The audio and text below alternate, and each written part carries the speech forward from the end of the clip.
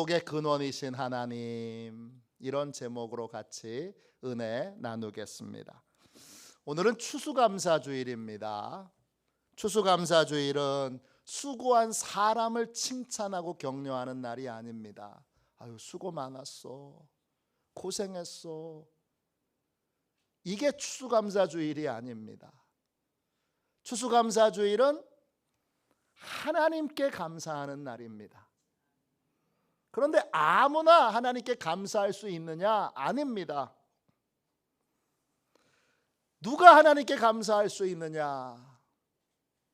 하나님께서 만복의 근원이신 것을 믿는 사람만 하나님께 감사할 수 있습니다. 하나님이 만복의 근원이심을 믿지 않는 사람은 내가 농사지어서, 내가 수고해서, 내가 힘써서 내가 거둔 거지요. 근데 하나님이 만복의 근원이신 것을 믿는 사람은 나의 건강도 하나님이 주신 거고, 수확물도 하나님이 주신 거고, 심을 수 있는 씨앗도 하나님이 주신 거고, 심고 거두는 지혜를 주신 것도 하나님이십니다. 오늘 함께 읽은 말씀은 요엘서입니다. 요엘은 하나님의 말씀을 전하는 예언자입니다. 요엘서 1장 2장에 보면 요엘이 세 가지의 재앙이 이스라엘에 임하게 될 것을 예언합니다. 1장에 보면 가뭄과 메뚜기 재앙이 이미 임했습니다. 2장 초반부 1절부터 11절까지 보면 곧 무시무시한 전쟁이 임하게 될 겁니다. 요엘은 이 세 가지의 재앙이 이스라엘 땅에 임한 이유가 이스라엘 백성들이 하나님을 떠났기 때문이라고 말합니다. 그리고 지금이라도 하나님께로 돌아오면 하나님께서 용서해 주시고 다시 이스라엘 땅에 은혜를 베풀어 주실 것이라고 그렇게 예언합니다.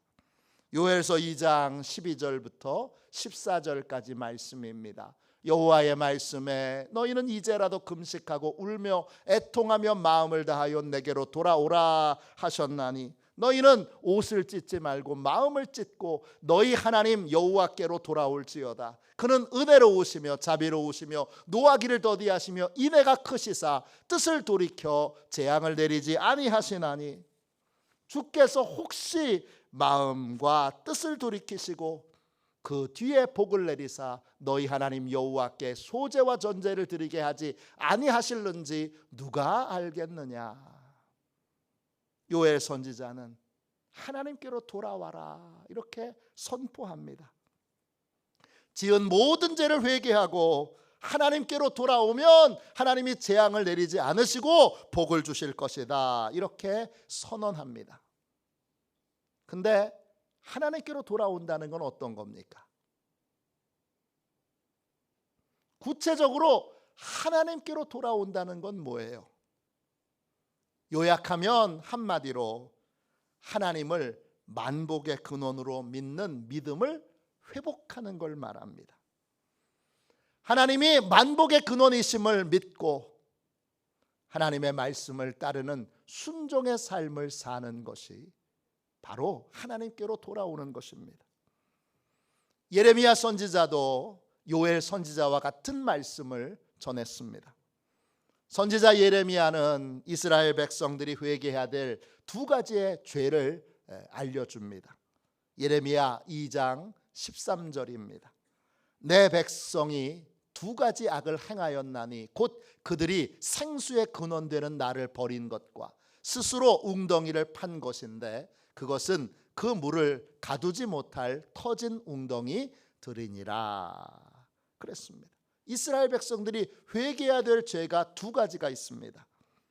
하나는 생수의 근원이신 하나님을 버린 것이고 또는 또 하나는 하나님께 회개함으로 하나님과의 관계를 회복하기보다는 스스로 자기의 문제를 해결하기 위해 자기 방법, 자기 생각으로 열심히 해결의 방법을 찾아다니는데 그것 자체가 다 소용없는 짓이라는 것입니다. 요엘도 이스라엘 백성들을 향하여 동일한 외침으로 회개하라고 말합니다. 회개의 내용은 생수의 근원이신 하나님께로 돌아오라는 것입니다. 생수의 근원, 즉 만복의 근원이신 하나님을 인정하고 믿는 믿음을 회복하라는 것입니다. 추수감사주일은 하나님께 감사하는 날입니다. 하나님께 진심으로 감사하고 계십니까? 진심으로 감사하려면 내가 먼저 하나님을 만복의 근원으로 믿고 있는가를 살펴보셔야 합니다. 여러분은 어떻습니까? 하나님이 만복의 근원이십니까? 만복의 근원이심을, 하나님이 만복의 근원이심을 인정한다면 문제가 생길 때마다 하나님과의 관계부터 점검할 겁니다. 내가 하나님께 불순종한 게 없는가? 내가 하나님의 말씀을 따르지 않는 것이 없는가? 내가 하나님께 순종해야 될 바를 뒤로 미룬 것이 없는가? 이것부터 점검하고 확인하게 됩니다. 지금 그런 삶을 살고 계십니까? 요엘 선지자는 하나님이 만복의 근원이심을 인정하고 하나님의 말씀에 순종하는 삶을 살게 될 때 놀라운 복이 예비되어 있다고 말하고 있습니다. 오늘 추수감사주일을 맞이하여 만복의 근원이신 하나님을 믿고 인정하고 그 만복의 근원이신 하나님을 따르는 사람에게 어떤 복이 예비되어 있는지 함께 나눔으로 은혜를 받고자 합니다. 할렐루야. 하나님을 만복의 근원으로 인정하고 하나님을 믿고 따를 때 어떤 복이 임하게 됩니까? 첫 번째, 하나님께서 가장 적합한 은혜를 내려 주십니다. 오늘 말씀 요엘 2장 23절 24절을 보십시오. 시온의 자녀들아, 너희는 너희 하나님 여호와로 말미암아 기뻐하며 즐거워할지어다. 그가 너희를 위하여 비를 내리시되 이른 비를 너희에게 적당하게 주시리니 이른 비와 늦은 비가 예전과 같을 것이라. 마당에는 밀이 가득하고 독에는 새 포도주와 기름이 넘치리로다. 하나님을 만복의 근원으로 인정하고 하나님의 인도를 따르게 되면 하나님께서 필요한 것을 가장 알맞게 우리에게 주십니다. 모든 게 알맞아야 합니다. 비가 너무 많이 내려도 안 되고 비가 너무 적게 내려도 안 됩니다. 이른 비가 너무 일찍 와도 안 되고 늦은 비가 너무 늦게 와도 안 됩니다. 하나님을 만복의 근원으로 인정하면 하나님이 가장 적합한 때에 가장 적합한 것을 우리에게 주십니다. 하나님이 적합하게 주실 때 그것은 절대 모자라지 않습니다. 하나님이 적합하게 주시는 것을 이스라엘 백성들이 어떻게 누리느냐? 요엘은 이렇게 말합니다. 밀이 마당에 가득하고 항아리에 포도주와 기름이 넘쳐난다 합니다.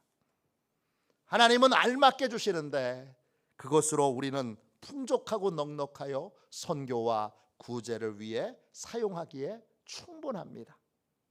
만복의 근원이신 하나님을 인정하고 그 하나님을 믿고 따를 때 우리는 다윗처럼 고백할 수 있습니다. 시편 23편 1절입니다. 여호와는 나의 목자시니 내게 부족함이 없으리로다.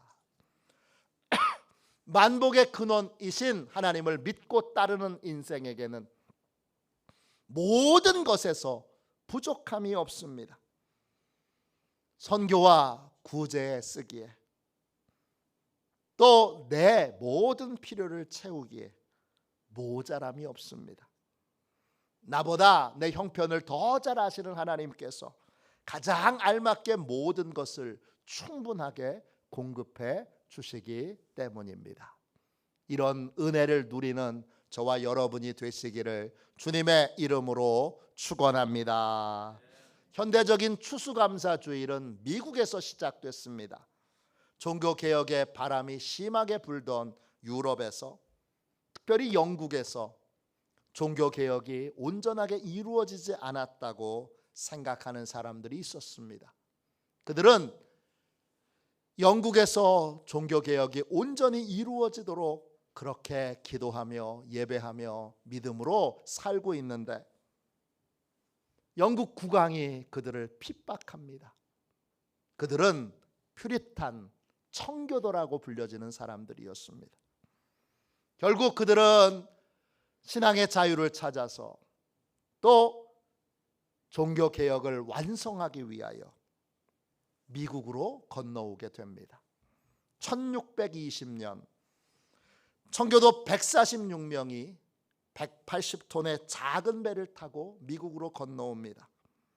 그들이 건너온 날은 1620년 12월 26일, 혹독한 추위가 있던 때였습니다. 그 겨울을 보내면서 무려 44명이 죽게 됩니다. 이듬해 봄에 밭을 개간하고 영국에서 가져온 씨앗을 심는데 풍토가 맞지 않아서 다 말라 죽고 맙니다. 곧 겨울이 찾아오는데 또 추위와 굶주림 속에서 몇 사람이나 더 죽을까 두려운 마음이 엄습할 때 이들은 하나님께 부르짖어 기도하게 됩니다. 하나님 살려주십시오. 저희가 온전한 믿음을 지키기 위해, 교회 개혁을 완성하기 위해 여기에 왔습니다. 그러면서 하나님께 자비를 구합니다. 그때 하나님이 기도를 들으시고 2명의 인디안을 보내주십니다. 이름이 나오는데 추장은 사모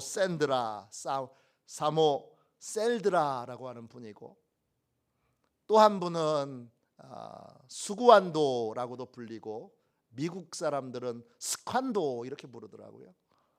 이 2분입니다.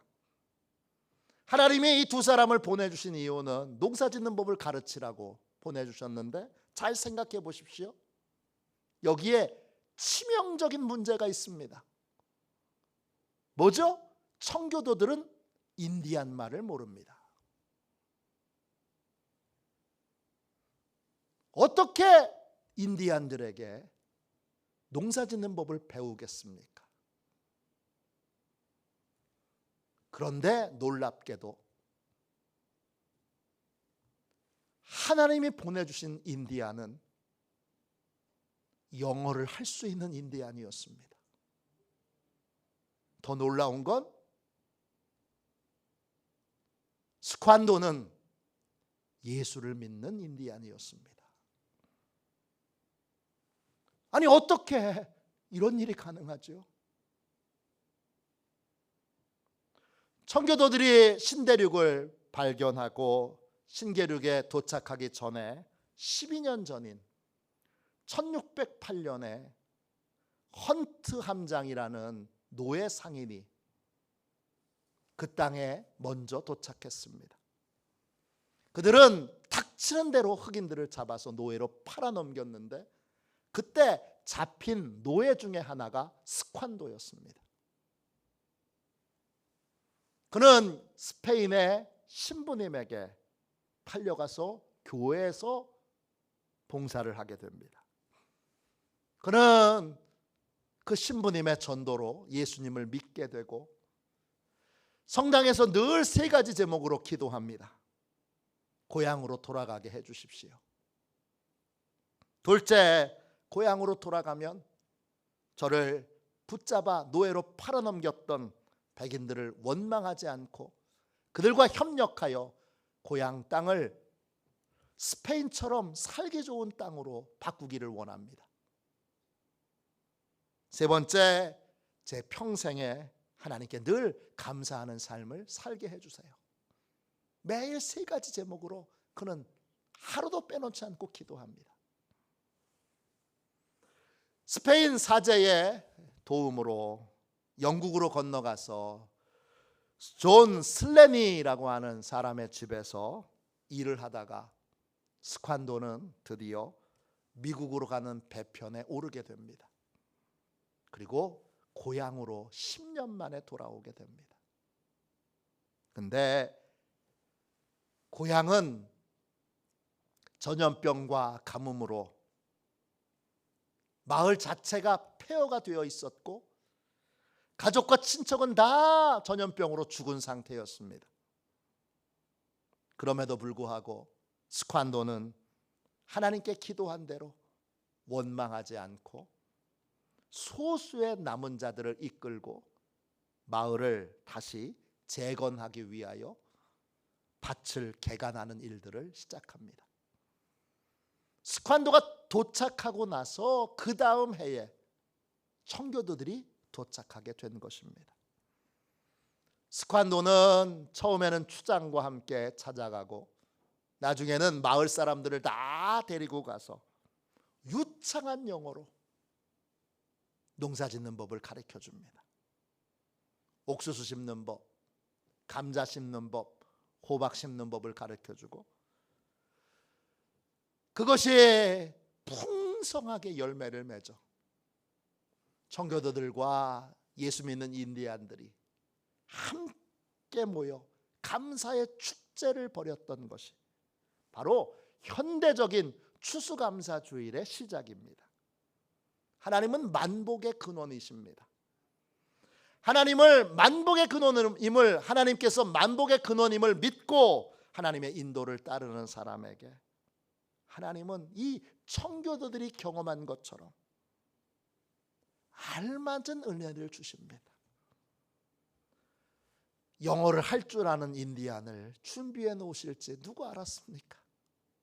예수 믿는 인디안을 준비해 놓으셨을지 누가 알았습니까? 그래서 미국에서는 최근에 이 추수감사 주일 때 이런 말을 서로 인사말로 합니다. 스관도를 기억합시다. Remember 스관도. 스관도를 기억합시다. 하나님이 우리에게 가장 알맞은 걸 미리 준비해 놓으셨어요. 무려 12년 전부터 하나님이 이 청교도들이 와서 살 것을 12년 전부터 하나님이 준비해 놓으셨던 거예요. 만복의 근원이신 하나님은 우리가 뭐가 필요한지 잘 아시고 우리가 필요한 것을 잘 준비하여 알맞은 때에 풍성하고 알맞게 우리에게 공급해 주시는 참 좋으신 하나님이십니다. 이 만복의 근원이신 하나님을 믿고 따르는 복을 받는 저와 여러분이 되시기를 주님의 이름으로 축원합니다. 두 번째, 하나님을 만복의 근원으로 인정하고 하나님을 믿고 따를 때 어떤 복이 임하게 됩니까? 둘째, 하나님께서 손해본 것을 모두 갚아주십니다. 오늘 말씀 25절 보세요. 요엘 2장 25절입니다. 내가 전에 너희에게 보낸 큰 군대 곧 메뚜기와 느치와 황충과 팥중이가 먹은 횟수대로 너희에게 갚아주리니. 하나님을 만복의 근원으로 믿고 하나님을 따르게 되면 불순종할 때에 받았던 여러 손해들 그걸 하나님이 다 남김없이 갚아주십니다. 메뚜기, 느치, 황충, 팥중이는 다 메뚜기 종류입니다. 이스라엘에게 가뭄이 있고 그래서 이제 먹을 것이 거의 없는데 메뚜기 떼들이 또 들이닥쳐서 메뚜기 떼들이 마치 군대처럼 모든 농작물들을 다 갉아먹습니다. 왜? 하나님을 떠났기 때문입니다. 근데 하나님께로 돌아와서 하나님을 만복의 근원으로 인정하자 어떻게 되느냐?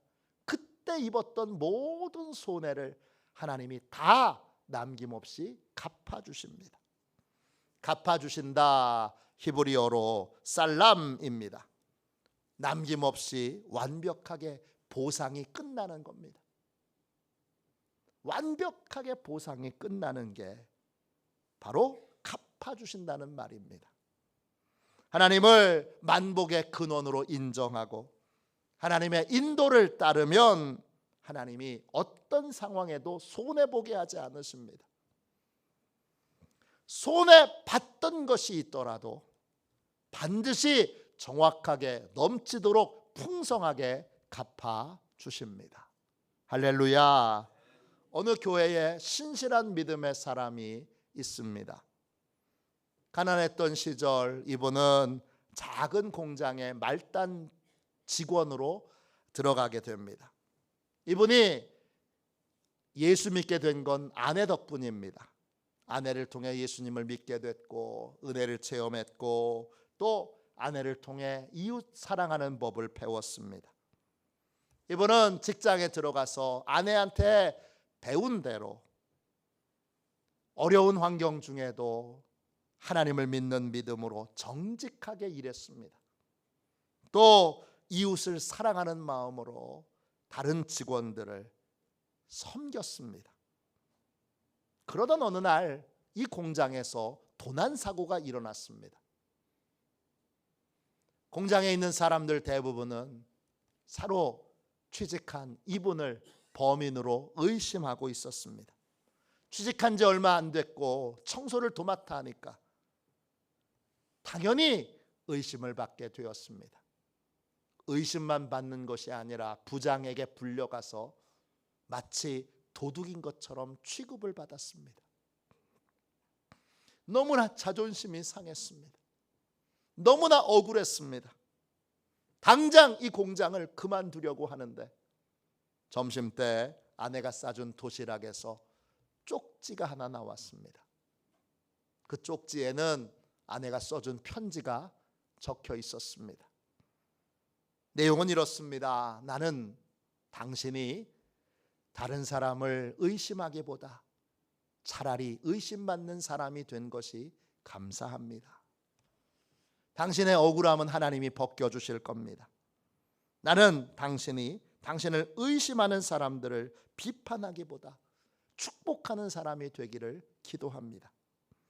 그리고 당신이 억울함을 느끼는 그런 어두운 직장이기에 나는 당신이 그런 직장에서 빛이 되기를 기도합니다. 애매히 고난을 받아도 하나님을 생각함으로 참으면 아름답도다. 아름답다. 아름답다. 베드로전서 2장 19절 이렇게 적혀 있습니다. 이 쪽지를 받고 이 쪽지를 읽고 이 남자는 다시 믿음으로 행할 수 있는 용기를 얻습니다. 저녁에 회사 청소를 마치고 집으로 돌아가기 전에 자기를 도둑 취급했던 그 부장님의 책상에다가 이런 메모를 적어 놓습니다. 저는 부장님을 원망하지 않습니다. 오히려 이런 일로 서로를 의심해야 하는 오늘의 세상이 된 것을 원망할 따름입니다. 그러나 그럴수록 이런 세상은 정직한 사람들을 필요로 한다는 채찍으로 오늘의 교훈을 삼겠습니다. 부장님을 축복합니다. 얼마 지나지 않아서 누명은 벗겨졌고 공장에 있는 모든 사람들은 이분을 신뢰하게 되었습니다. 그리고 신뢰가 쌓이면 쌓일수록 이분의 직급은 올라갔고 나중에 회사 대표가 회사를 물려줄 자식이 없기에 은퇴하면서 회사 자체를 이분에게 넘겨주게 됐습니다. 말단 직원이 공장의 사장이 된 것입니다. 믿음으로 삶을 살면 또 사랑으로 삶을 살면 하나님께서 이렇게 완벽하게 보상해 주십니다. 하나님을 만복의 근원으로 믿고 따르는 사람은 이렇게 하나님의 완벽한 보상을 삶에서 경험하게 됩니다. 이런 간증은 저도 많고 여러분도 많고 우리 다 이런 간증을 가지고 있습니다. 만복의 근원을 인정하고 하나님이 만복의 근원이심을 인정하고 하나님의 인도를 따르게 되면 하나님은 어떤 상황에도 손해보게 하지 않으시고 손해봤어도 반드시 전부 다 넉넉하고 충만하게 갚아주십니다. 만복의 근원이신 이 하나님을 믿고 믿음으로 살아 이 풍성한 은혜와 복을 누리시기를 주님의 이름으로 축원합니다. 마지막 세 번째로 하나님을 만복의 근원으로 인정하고 하나님을 믿고 따를 때 어떤 복이 임하게 됩니까? 하나님께서 실망하지 않는 삶을 살게 하십니다. 요엘서 2장 26절 27절입니다. 너희는 먹되 풍족히 먹고 너희에게 놀라운 일을 행하신 너희 하나님 여호와의 이름을 찬송할 것이라. 내 백성이 영원히 수치를 당하지 아니하리로다.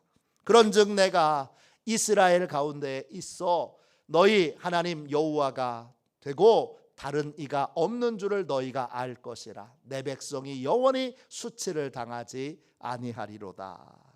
하나님을 만복의 근원으로 인정하고 그 하나님을 믿고 따르면 하나님께서 영원히 수치를 당하게 하지 않으신다고 약속하셨습니다.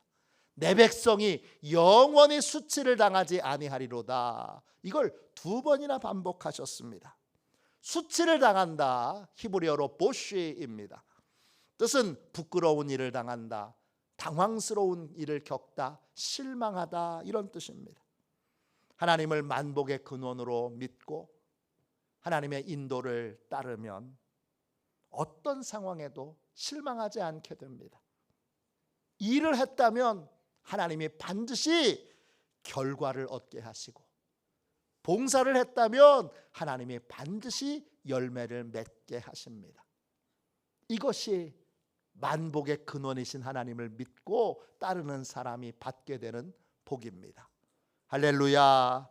1787년 10월 28일 27살이었던 영국의 젊은 국회의원 윌리엄 윌버포스는 일기에 이렇게 기록했습니다. 전능하신 하나님께서는 내 앞에 2가지 큰 목표를 두셨다. 하나는 노예 무역을 금지하는 것이고 다른 하나는 관습을 개혁하는 것이다.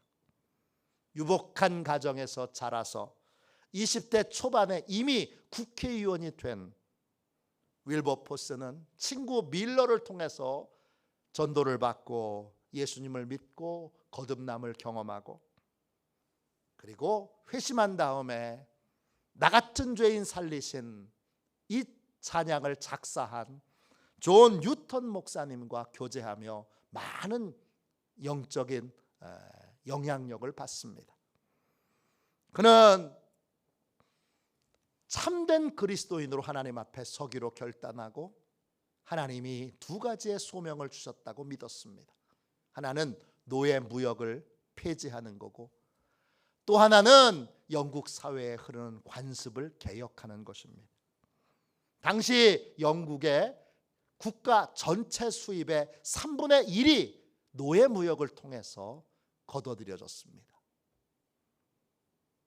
또 노예 무역이 불의하다라고 사람들은 생각하고 있지 않았습니다. 그런데 윌버포스가 의회에서 노예 무역 폐지를 주장하자 다른 동료 의원들이 벌떼같이 일어나서 윌버포스를 향해서 이렇게 항의했습니다. 영국을 사랑한다면 어떻게 그런 주장을 할 수 있느냐?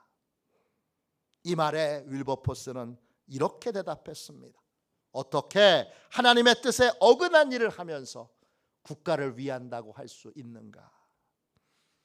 그 후 윌버포스는 인내와 끈기로 50년 동안 노예무역 폐지를 위해서 열심히 법안을 발의하고, 또 그 법안이 다시 상장 폐기되고 상장 폐기되고 상장 폐기되는 수많은 좌절을 겪으면서도 기도하며 끝까지 노예무역 폐지를 위하여 일하게 됩니다. 그 결과 그가 노예무역 폐지를 국회에서 외친 지 50년 만에 영국에서 노예무역이 완전히 폐지됩니다. 또 조지 3세를 통하여 관습개혁에 대한 포고문이 발표되어 관습에 대한 개혁도 이루어지게 됩니다. 그의 영향으로 영국 국회의 젊은 국회의원의 3분의 1이 예수 믿는 국회의원이 됐습니다. 그는 죽는 순간 이렇게 하나님께 감사 기도를 드렸습니다.